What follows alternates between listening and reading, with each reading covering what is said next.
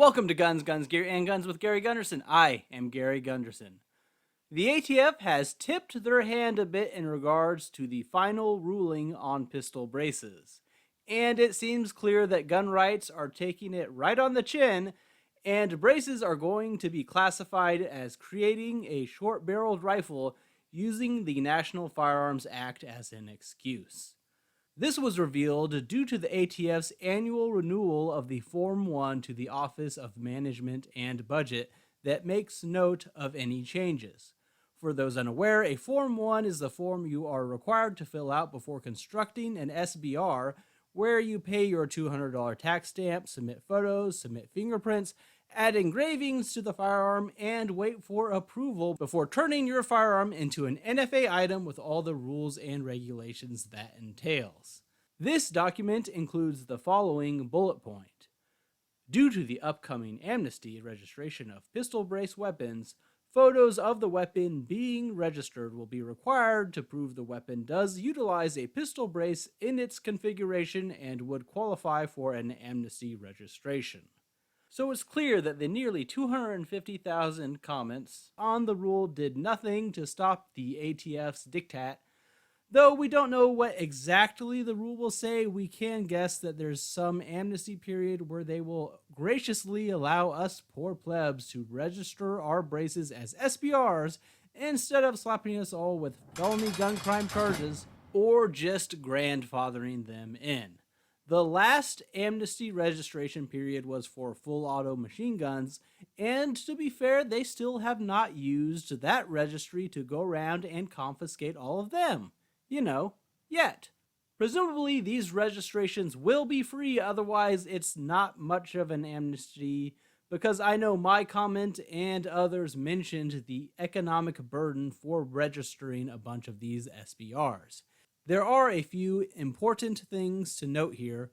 I'm guessing they won't exempt any pistol braces from this, as they think that by allowing an amnesty period, they don't need to make anything legal under the ruling because they were oh so generous. So if you are handicapped and don't already have a braced pistol or become handicapped in the future and need one, well, go push yourself down a hill for all the ATF cares. Another thing, it's not clear that this change of including a photo of the firearm will be limited to braces only.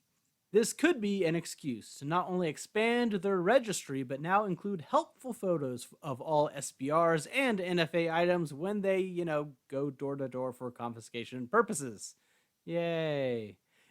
And the photo is presumably to prevent people from getting a quote-unquote free SBR, but I think in general, regular stocks are superior to braces, and you register the firearm, so if it becomes an SBR under this amnesty, are you going to be required to keep a brace on there, or can you just toss that aside and throw a stock on there anyways? If that's the case, you could buy one of those cheap blade-style braces for like $30 and register it under the amnesty to get a very cheap SBR. The final ruling on pistol braces was promised last month, but rumors are that they're going to wait until after the midterms now because either they want to see if pro-gun legislatures get control or they just do not want to make this an election issue. Your level of cynicism can decide what is actually true since the truth is unclear. And if you are thinking the Supreme Court's ruling on the EPA that bureaucratic agencies cannot create law and just enforce it will eventually make its way to the ATF, that's true, but that does not mean that they won't get to diddle our rights a bit more before they are caught with their pants down. So I would not hold my breath on that point. I'm really not sure how many will comply with an amnesty as it appears will be offered. Even if the tax stamp is free, there's still a lot of associated costs. Fingerprints, getting your picture, cost of getting your firearm engraved, the additional rules you have to follow, and the time to fill out the paperwork, especially if you have a bunch of these, which many people do. That's really all I have. Most of this is speculation, and the only thing anyone really knows at this point is the text about the pistol brace amnesty, but you can infer a lot from that single sentence. Please be sure to contact your representatives, vote for pro-gun politicians, like this video, share, and subscribe to the channel while you're at it as well. Check out my other videos, including the one where I went over the worksheet on the proposed ruling to see what would still be legal and illegal given the original text they put out. There's also other similar content to check out. Thanks for watching.